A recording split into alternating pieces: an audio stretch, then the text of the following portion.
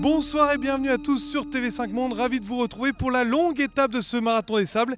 Les premiers concurrents sont déjà arrivés au bivouac, les autres continuent d'affluer ici dans les différents contrôles de passage. En tout cas, on vous raconte tout ce qui s'est passé cette nuit, c'est parti. Une longue étape marquée par la victoire de Rachid El Morabiti qui s'envole vers une 5e victoire sur le marathon des sables. Il s'impose devant l'impressionnant militaire britannique Thomas Evans. Mohamed Morabiti est au contact à la 3e place. Incroyable, j'ai eu l'opportunité de passer toute la journée avec Mohamed. Un super coureur, un incroyable athlète, l'un des meilleurs du monde. Chez ces dames, lutte intense toute la journée entre Nathalie Mauclair et Elisabeth Barnes. Sur une distance qu'elle affectionne, la Française s'impose mais ne reprend que très peu de temps à la Suédoise qui conserve plus de 20 minutes d'avance au général. Une étape qui a laissé des traces, chez les leaders bien sûr, mais surtout sur l'ensemble des concurrents qui ont passé près de 2 jours dans le désert, dont une nuit éprouvante. Aux différents contrôles de passage, certains dorment, d'autres mangent ou se font soigner leurs différents maux. La douleur est là, mais il faut finir l'étape.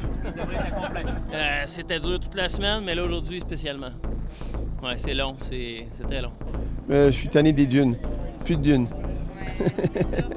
On continue, on va dormir à la maison. Oui, à la maison. Moi, depuis que j'ai fait le marathon des sables, je dois en avoir 6, je crois. Je pense que c'est celui qui est le plus compliqué, quoi. En termes de dénivelé et d'espace sableux, c'est assez impressionnant, quoi. Les jambes ça va, mais il faut avancer, ouais. Ouais, c'est difficile de dormir ici, alors on préfère rentrer. Même si on y va doucement, on va aller jusqu'au bout. Ouais. Trouver la force de repartir, se remobiliser malgré la douleur, certains vont jusqu'à trouver des stratagèmes totalement inédits.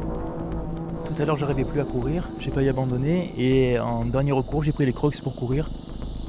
Et depuis le CP3, je cours en Crocs. Oui, c'était soit ça, soit le marathon, donc il fallait y aller. On n'abandonne pas au marathon. Moi, c'est la première fois que je vois ça. Mais après, s'il y arrive, pourquoi pas.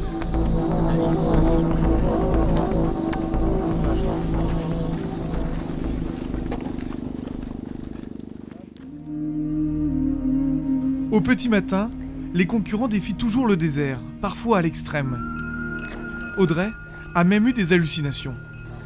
Des images étranges, voilà, des couleurs, des formes, je sais pas, mais j'étais pas rassurée. Voilà, donc maintenant je suis contente d'être levée quand même et de repartir.